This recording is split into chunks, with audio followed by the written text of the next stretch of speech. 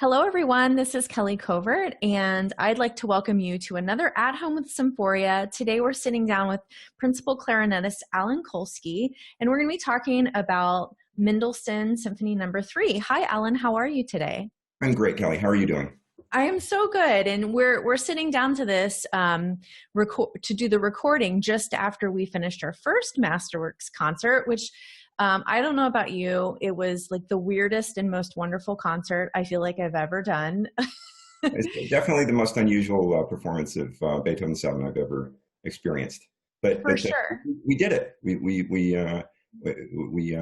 live streamed a full orchestra concert, which is very unusual right now. There's not a lot of orchestras around the country that are trying to do this. It's very unusual, especially the fact that we're doing it live and that we're able to get a full orchestra on the stage. We're one of, like you said, very few that are doing this in really the whole country. So I feel very sort of proud of us that we have been able to pull this together. And I know that Saturday night at the end of the concert, when we knew the live stream was off, the whole orchestra just like broke out into cheers. I'm getting goosebumps just thinking about it because it really does mean a lot to us to be back.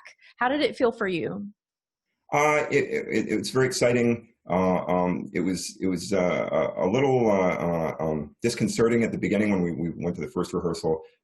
It's difficult to hear with those partitions up to hear each other, but it got a lot more comfortable as the week went on, and I thought the orchestra really sounded better and better throughout the week. And I'm sure we'll go on making adjustments throughout the season. Mm-hmm. And yeah, I think a lot of it for us is just getting accustomed to how we have to listen in a different way. And so looking forward now to Masterworks 2, Mendelssohn and Mozart, which is coming up this Saturday night at 7:30. We're doing the Mendelssohn Symphony No. 3, which I feel is maybe a little bit more complex just in terms of listening and things like that than Beethoven, but I'm glad that we've sort of had our trial already. And so tell me, what are you looking forward to particularly about the Mendelssohn? Well, the Mendelssohn, he always writes really nicely for the clarinet section, but the Scotch Symphony in particular has some really nice clarinet solos and clarinet duets and ensemble sections with the woodwinds. And it's actually very commonly used on clarinet auditions to show off some tricky things that we have to work on as clarinet players. I'm sure it's on flute auditions too, and pretty much all the winds. And I know horns also have the Scotch Symphony on their audition list as well. Mm-hmm. And so what are the kinds of things that you have to do to prepare to go into a concert where you're playing these solos that really you've probably been playing since you were in college, but it's different to sit down and play it in an orchestra, right? I think it's much better. I like playing it for real with real people around me and all that sound and the way that Mendelssohn intended. But I think that all the practice that you do for preparing for auditions your whole career, it helps to prepare you for the live performance as well.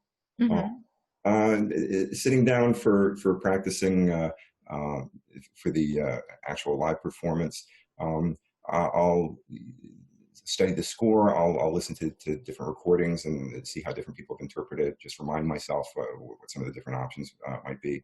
And sometimes I'll try to practice something several different ways so that if the conductor wants to do it a little bit faster, a little bit slower, or a little louder, a little softer, that I can be flexible enough to meet those requests. Mm-hmm. And have you ever played this symphony before? You know, I've played second clarinet on it a few times, but the only time I played first clarinet on it was with Symphoria just a few years ago when we had a big gala concert with Itzhak Perlman as the soloist. I'm sure many of our listeners would remember that.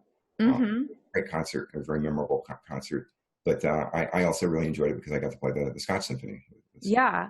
Well, and I echo your sort of like, I love playing Mendelssohn because the woodwind parts are always just really fun. And I play second flute. And so I also like playing second because the harmonies are really interesting. And a lot of times you're doing something a little bit different. And I know the clarinet parts are like that too. It just makes it so fun when you feel like you can just like dig into that woodwind sound, don't you think? Oh, absolutely. Mm-hmm. And I'm not sure how nerdy we want to get here, or how far we want to go into the weeds. Let's get nerdy. Okay, but uh, as a flute player, you know when musicians articulate, we start and stop notes using our tongues. And so, if you have a lot of very fast, short notes, you have to move your tongue very, very quickly, and that's a real challenge, which is a big part of why this piece is on all these audition lists for so many different instruments in the wind section. You have to go very, very, very fast. Or some people develop something called a double tongue, where you say tuck, cut, tuck, cut, tuck, cut, and that you can do that much faster than just saying ta ta ta ta ta. So that can be very helpful if you have that skill. Right. And that's something that's, I mean, on flute, it's really double tonguing is just sort of like in the regular toolbox. That's what we do. And it's very normal and, expected. But for clarinet, that's not necessarily the case, right? I think it's a lot more challenging on clarinet. And again, getting even further into the weeds here. If this is my mouthpiece here, sticking into my mouth, when we tongue, the T articulation, you're actually stopping the reed with your tongue. You're physically stopping the reed. The K articulation, the ka, it's just stopping the air in the back of your mouth, and it's very difficult to match those two kinds of articulation to make it sound convincing. You can do it. It takes years of work to make it sound convincing, but it's a very useful technique if you can develop it. So are you going to single tongue or are you going to double tongue? It'll be a mixture. Yeah. There's certain places where it sounds better if I single tongue, and there are also definitely some places that sound better when I double tongue them. So well, and I imagine when it's mini woodwinds mm-hmm. doing the same thing, and it's easier to sort of blend in Absolutely. and not feel so exposed. So you can give your tongue a break a little bit and do the double tonguing. Yeah. It also depends on the length of the passage. If you can keep the single tongue going very fast for a short period of time, but if you have to sustain it over several measures, the double tongue is a lot more reliable, I think. Yeah, and I think that it's so interesting to talk about this because these are some of the things about wind playing when players talk about, I guess one way to call it is like keeping your chops up.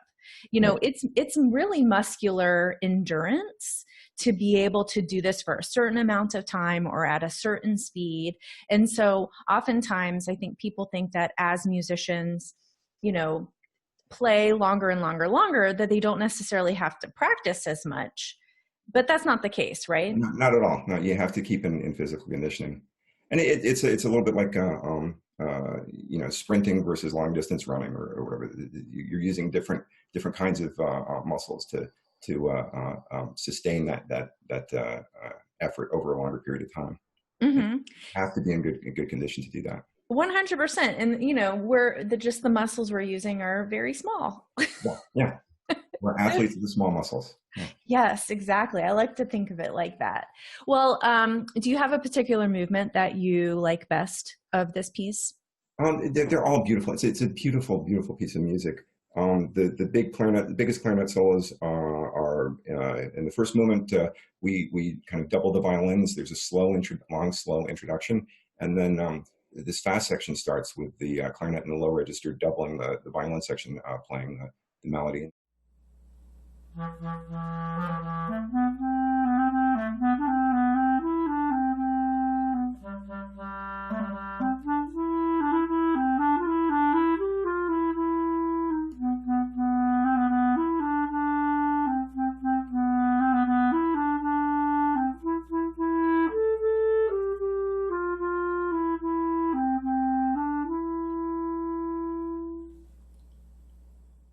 The second movement is the really, really big movement for the clarinet. It's a very fast movement with a lot of fast tonguing, and the main theme is introduced by the clarinet.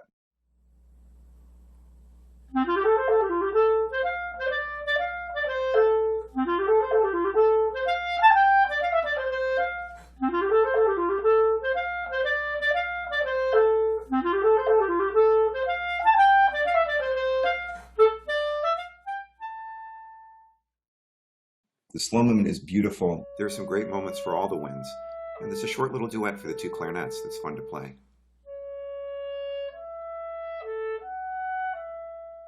And then the last movement is very exciting with a lot of fast notes and syncopations. But then there's a beautiful, slow melody that comes right near the end of the movement, where it starts with the first clarinet.